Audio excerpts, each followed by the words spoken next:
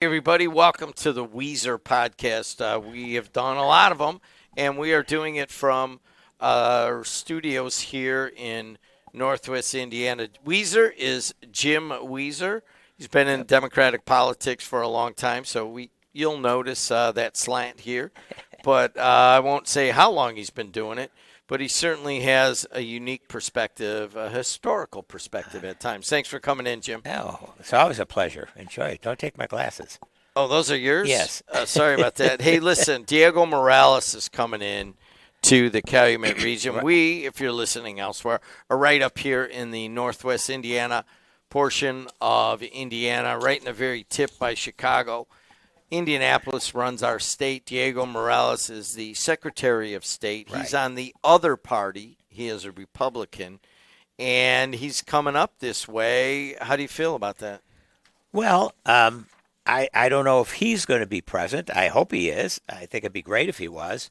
Um, but we got this. I received this, and it's interesting, and I think it not only should specifically interest the people here in Northwest Indiana, it should be of interest to people in the state of Indiana, and should also be of interest to people nationally. And I'll go through that real quick.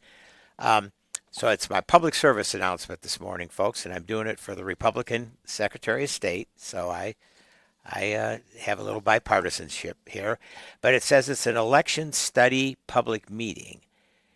It's required by the law, and it says join us and have your voices heard on two topics: the timing of municipal elections and your support or opposition to vote centers.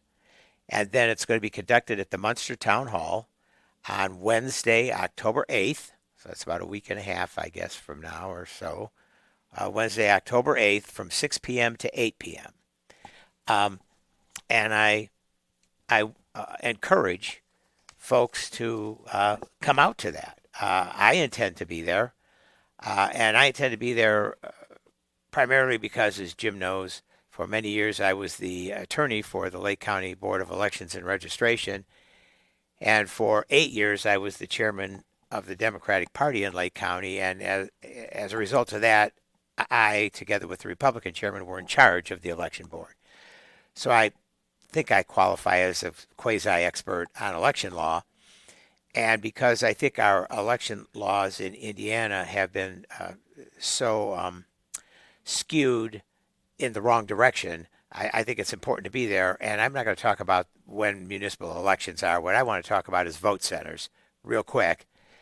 And this is what I want to just say. The state of Indiana, as pathetic as this is ranked 50th out of 50 states in the voter turnout. 50th, not 49th, not 48th, 50th. We're last in the number of registered voters who actually vote on election day. I'm taking presidential elections and probably midterms too. Um, and that's pathetic. It's terrible. So it's always been my opinion for years that we have to do more to get people, to stimulate people to vote in any way that we can possibly do that. Our position as Democrats were we need voting where it's convenient to people. We need early voting to make it convenient to people. We need absentee balloting to make it convenient to people. All of these have been pushed back by the Republicans. We have them, but in modified versions. Their solution to this is vote centers. And vote centers are just another Republican illusion. What they'll do is they'll convince you that these vote centers are great. They're mega centers. So where maybe, let's say in Hammond, Gary, and East Chicago, you have a number of polling places, dozens and dozens of polling places for people. It might be that they'll have one vote center or two for those three large communities. As an example, I'm not suggesting they are, just hypothetically. But that's the concept of a vote center. And they will tell you they're more efficient. They'll tell you it's less expensive. They're saving money. and they'll give you all the reasons. The one reason they won't give you, because they can't give you, is it makes voting more accessible. And the reason it's so important to Northwest Indiana, as opposed maybe to the collar counties around Indianapolis where they have they're wealthier communities, they have better access to transportation, they have better public transportation systems than we do here in Northwest Indiana, so that maybe it makes some sense down there. I'm not saying it does. I'm saying maybe it makes some sense somewhere else. It sure doesn't make any sense in Northwest Indiana, because people who for years and years have been able to vote in their precinct, and we have some multi-precinct voting centers in Lake County, modified ones. There's one in Schererville where 6 or 7 or 8 precincts vote in the same place. Out at the county fairgrounds, they vote in the same place. But those are convenient, and those make it easier for the people. But the vast majority of voters, especially in the minority communities, who vote are comfortable, and it's accessible on election day to vote in their community, in their neighborhood. And that's what we've been doing. So let me back this up for a second. I'm like, as a media guy, I would hope that there's a little bit of like lawyering in this one respect, in that you don't ask a question until unless you know the answer, right? That's number one. It's lawyering number one. Certainly on cross-examination. Yeah, and cross-examination, that's what they teach you. And my wife went through law school, right, and I remember her reviewing that.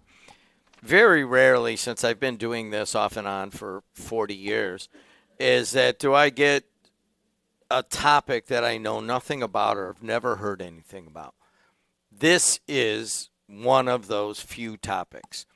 And now I'm Googling it, and while you're talking, voting centers in Indiana. I don't know anything about this. Mm-hmm. There's so much going on in the world. I don't know anything about this.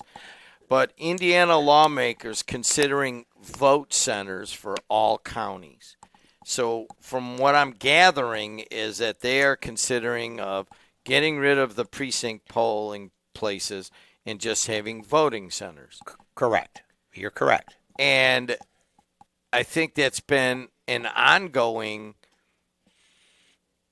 controversy or a battle to get more people in the Democratic communities of Hammond, Gary, and East Chicago to vote, make it easier for them to vote. I think you have worked for that. And just from being on the air here, you could kind of see the moves to maybe restrict that accessibility at times. That's correct. Now, that is just an opinion. I don't know if people are doing that out of some sort of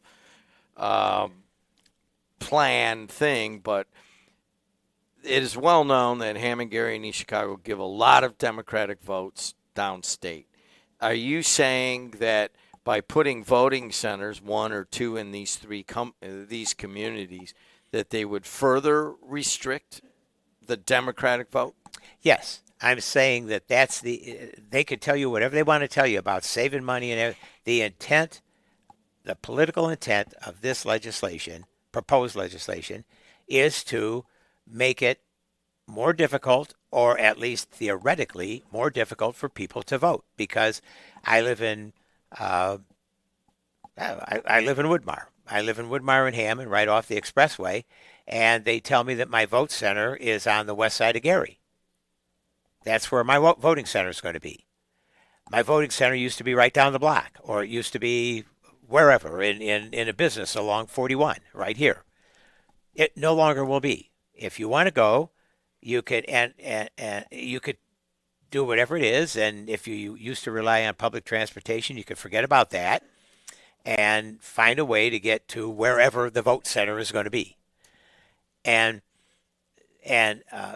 the purpose is, as it has been. I mean, it started, Jim, several years ago with the consolidation of precincts. My first year as county chairman, we had 525 precincts in Lake County. A year and a half or 2 years later, we had 325 precincts. They just lopped off 200 precincts. Now, I'm not going to get into all that and what the issues, and we may do, and we worked it out. But vote centers, that's voting. That's we want people to be out there. And the proof's in the pudding about voting in the state of Indiana. We're 50th in the country. So is that? I mean, is that true? Are we the low? I mean, is that percentage of registered voters Correct. who vote? Correct. So out of all 50 states, we Right. are the lowest percentage of registered voters that can vote. Yes. Now, I'll. Why is that? These are the things I'm telling you because that's what they do. They don't engage the voters. They don't make it accessible and easier. They've been pushing back against early voting since we started it. They pushed back. We had to go through litigation to get early voting. We had to go through that. They pushed back against the early voting. They've tried to now restrict the early voting, and they probably will continue to try to do so. They've pushed back and they've made absentee balloting with the legislation from last year more restrictive, more challenging because it's a little more difficult to apply. And I feel badly. I should have looked this up. They did something with like senior citizen centers in the last legislation that made it more challenging for seniors to vote. So I'm just saying that's been a pattern. I can't explain it. I don't agree with it. It just is. And in fairness to the state or the Republican Party, I'm confident we're 50th.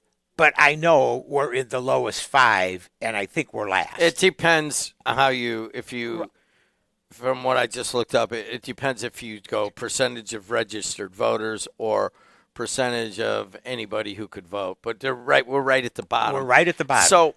So I guess I've never looked at this. I know you were the the election board attorney for a long time, and there's always been issues in front of the election board. As a matter of fact, when I was a reporter, when I first started out, that was one of my things to go cover was the election board, and so I learned a little bit about it. But I mean, we are a state where it is supermajority, big time, of Republicans. So why this effort to go further? And are you saying that they're trying to make it even harder for people to vote? They're trying to make it harder for people in certain areas of the state of Indiana to vote. Yes. And certain classes of people. Yes. That's what they're doing. Why? Good question. Why is the state of Indiana, as they will, going to support a midterm census redistricting when you already have 7 of 9 congressmen? Because we can. All right. Let's can. talk about that one in terms of elections. If you guys have followed this, certainly Texas was in the news for following President Trump's directive to redistrict so that he could possibly get 5 more votes. You don't typically do that until the census comes in. And so they're, I think a little worried about maintaining a majority in the House. Correct. So they've taken their power to say, hey, let's just redistrict it. There is also a lot of talk about doing it here in Indiana. Certainly central Indiana with Andre Carson would be a difficult one, no matter how you draw that. But it's more, I think more of the attention is given to this corner of the state of Indiana that is held by Democrat Frank Mervan III, but he has been challenged by Jennifer Ruth Green a couple of times and by Niemeyer and Randy Niemeyer, and he's out of the south part of this county. So do you think that they could draw the line to give Niemeyer a better advantage without affecting the other districts that might be in danger? South Bend has a lot of Democrats. Yeah, they'd never go to South Bend. That won't work for them. There's always a possibility. They tried to do it a number of years ago when Pete Visclosky was the congressman, and they actually did it. And he ended up having Newton County and Jasper County and maybe Knox. I don't remember. There was another county or two. and it didn't work for them. But it's a different time, and I would think that there's been a map floating around, and everybody's disclaiming it that it's authored by anybody, but it's floating around on social media that shows what they would do is they would take the northern part. Right now, here in northwest Indiana, the 1st Congressional District includes all of Lake County, all of Porter County, the county immediately to our east, and a portion of LaPorte County, one county over, which it just includes the west side, primarily Michigan City and a few other areas. What I think they'll do is, or what the plan shows, is that they would take the major cities in Porter County, let's say Portage, Chesterton, Valpo maybe, and they'd move them out of the 1st Congressional District, keep all of South Porter County, which is Republican, and all of Lake County, but then they'd go south and they'd try to get Newton County and maybe Jasper. Then I think they'd swing it and hook it a little bit to the left and catch those 3 or 4 really small counties out there, or smaller counties compared to us. Population-wise, not land-wise. No, and population-wise, and they're predominantly Republican. The problem is the purpose they're doing it is just because they can. And why does that anger you so much? Why does it anger me so much? Because it's not fair, probably not constitutional, and in addition to that, it's just we want to steal an election. We don't care. We don't care about the people. We don't want the people to vote. We want to do it. We, meaning the powers that be in the Republican Party, we want to create a map that we create that'll dictate the people that will vote, that we know will vote our way. Yeah, but I think it's totally un-American, and isn't done. It's done with the census, so you can have it can be fact-based, not political retribution-based. All I could think about, I was thinking about it today, and I said, when I grew up, the 3 R's were reading, writing, and arithmetic. Those were the 3 R's. And so I wrote it down. I said, read, writing, and arithmetic. I said the 3 R's now are retribution, redistricting, and I had the third one here, but I can't read my own handwriting, and rescission. Retribution, redistricting, and rescission. That's how they govern now. They govern by retribution. We're all seeing that on the national scale. You still have your show. Jimmy Kimmel didn't have his for a while, but that's what we see. The rescission, we talked about a little bit, about money that gets appropriated by Congress that the president just takes back. Just says, okay, I know you appropriated. I know that's your job. I know that's your job under Article 1, but I don't care. I'm taking it back. And then the redistricting. That's how they govern now. That's how we are governed. And that's just the beginning of the autocracy that's being formed. So do you, let's go. And I got a few topics from the morning show that people were bringing up. Oh, okay. Go ahead. And I love getting you angry, but I'm not angry. But you are a little bit angry. And I'm agitated. But you're agitated, but listen, the people and I say this all the time on the morning show. I go, listen, this is what we vote for, and the people voted in a supermajority of having the governorship, having the Senate downstate, and the representatives downstate, Yep. And you could even argue the Supreme Court or the Indiana Supreme Court. But let's just go with those three. That's what Indiana voted for, and if these legislators are not doing things like restricting voting and redrawing these lines, then perhaps they're not doing what people put them in to do. Nobody voted for any Republican or any person in this state to redistrict after 5 years, to redistrict after you redistricted in 2021 that became effective in 2022. So you're redistricting a couple years later simply to knock out one congressman. That is not what the people in Indiana voted for. No freaking way.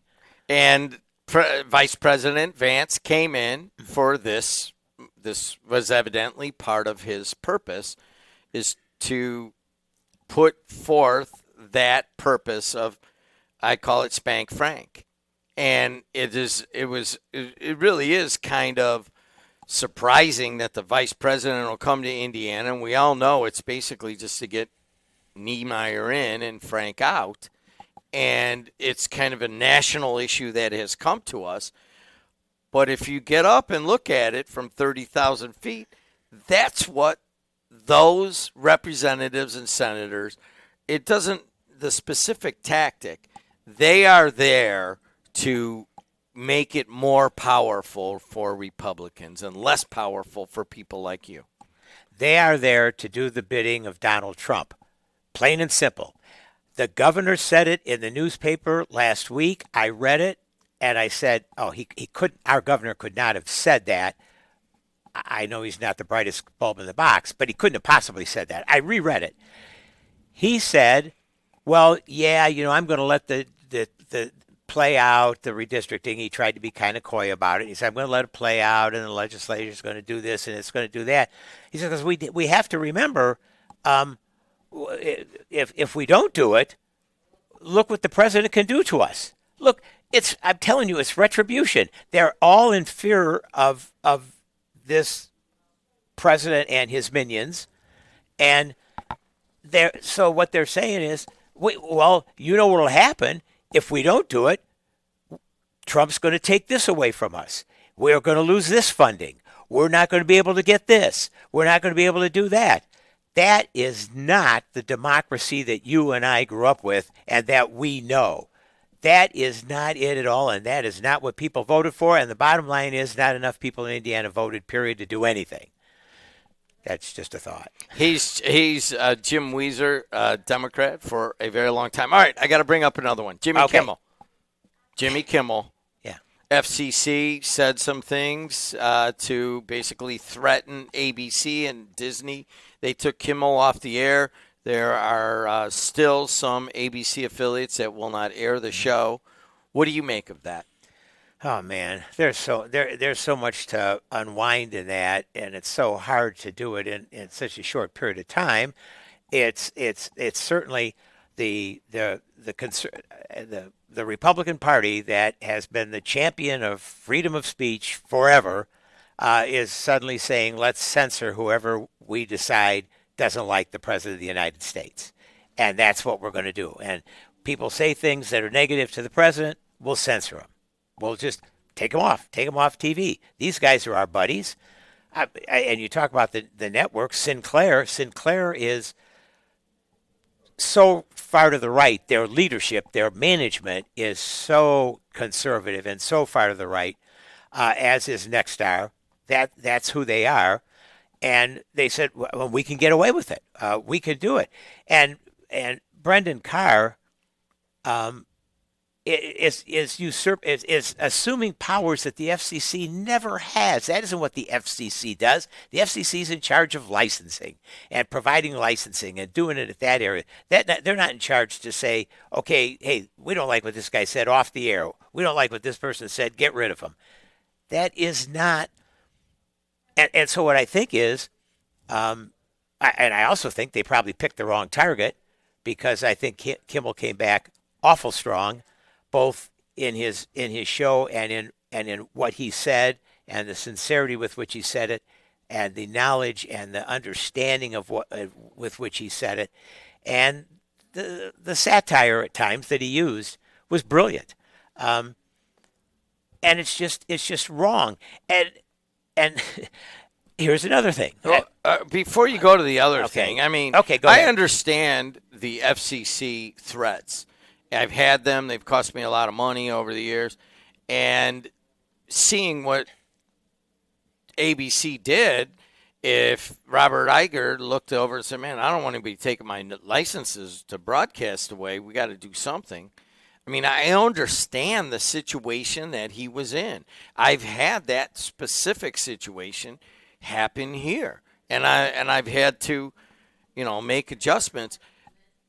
I live in fear of what Brendan Carr did to Robert Iger that they could do here. And with that, Iger, in my mind, had to do something. He couldn't lose his license.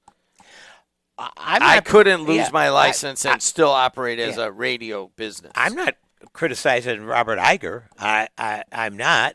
That isn't the issue.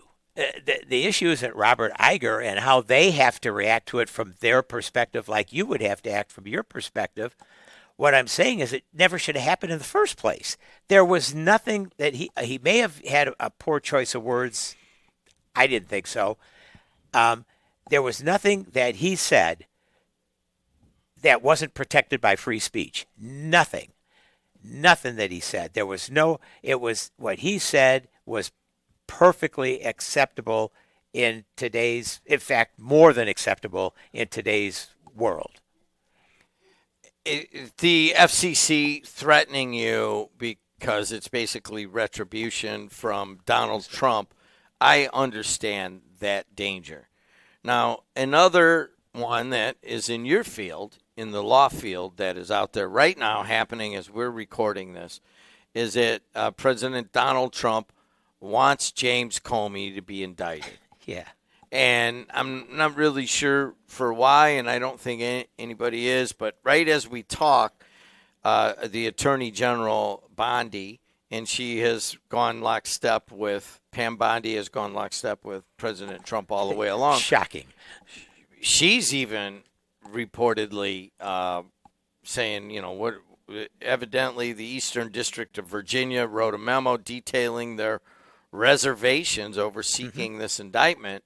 But the president wants one. They may, by the end of the time people hear this, might have an indictment of James Comey, and they're really not sure what the charges will be yet because they got to find something to charge him with because the president wants it. Yeah, and there's nothing there, but other than the president wants it. But go ahead. So, what is that? I know that a lot of lawyers on both sides are concerned about this one because you really can't just say, well, I don't like that guy. We need to indict him on something. Go find something and indict him on it. That is, looking at it from the media world, that looks a little bit, far afield. But he might get it done. It's far afield, and you're being very kind when you say that. It's far afield.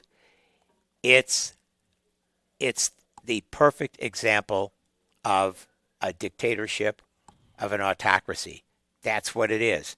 That's what they do. They indict, they convict, they jail, they punish political opponents. And that's his perception, and that's what he wants done. Think about this. He puts his guy in as the attorney, the U.S. attorney in the Eastern Division of Virginia. His guy, he puts in, which is fine. That's the way that works.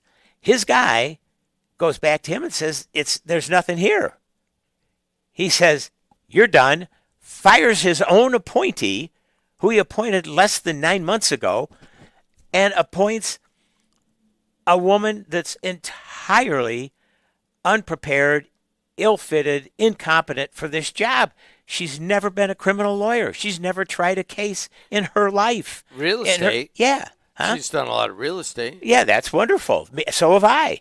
That's just wonderful. I mean, that's just great. I don't know how that qualifies you to be a United States attorney, but regardless, she was in for one reason. She'll do his bidding.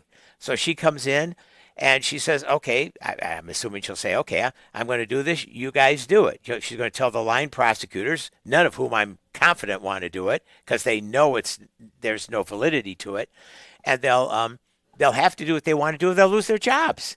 I mean, this is incredible. This is how we're being governed in this country. We're being governed, I told you, by retribution. Plain and simple. It has nothing to do with policy. It's why the economy's going to hell. It's why we're having all the problems. It's why we have no foreign policy. It's why we have all the problems we have, because that's not the mindset. The mind says, I'm getting all these people. I'm pissed at them. I'm getting all these people. And if that isn't selective prosecution, I don't know what is. He says on Truth Social or whatever it is, I want you to get, and it would be one thing, I want you to get my political opponents.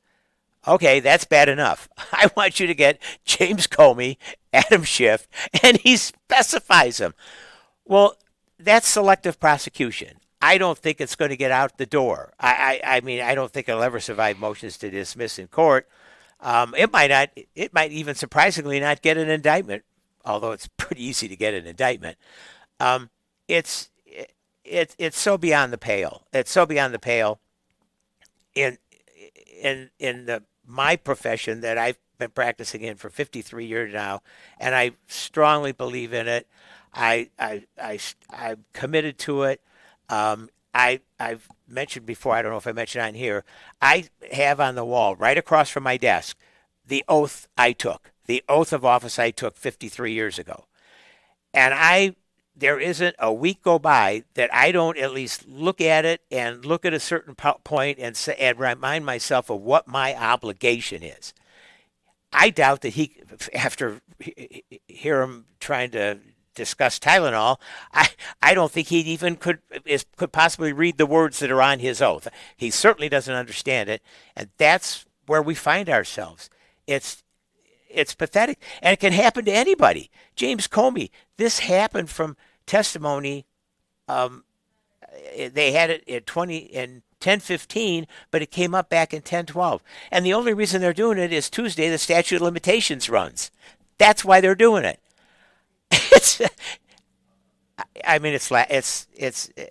It'd be laughable if it wasn't so sad. That's a good spot to end the Weiser podcast. I do have one thing. Yeah. I have a Republican guy that talked to me about going point to point with you. Yeah, Bob. Yes. Sarkey, I was fortunate enough. I'm really pleased. Just to let you folks know, we have a bureau here. We have an authority here, the South Shore Convention and Tourism Authority, and I was fortunate enough to be appointed to it a couple of weeks ago. And I went to my first meeting last week, and Bob was there, and he came up to me. Actually, we walked in together, and he said, I've heard a couple of your podcasts, and I told him I'd heard a couple of his. And he said, Jim, I know you. I consider us two reasonable guys, and we know each other, and we've never had political battles. How about if we tried it? Maybe we could do something. Maybe we could have a broadcast that wasn't so partisan like this is. It wasn't so partisan. I said, Bob, I'm all for it. You want to do that and we could get it set up? I think it would be wonderful. I think it could be educational. I think it could be entertaining. And it doesn't have to be you damn Republican versus you damn Democrat. It doesn't have to be that. So we did talk about it, so I think we're going to try it. Well, you have to go to the 21-year-old head of the WJOB Podcast Network, and that would be Adriana. She's sitting out there. You'd have to talk to her about that. I have nothing to do with all of the setting up of this, but I would listen to it in a heartbeat of you and Bob Starkey going at it. Hey, that's going to end this one. Until next time, we'll see you later.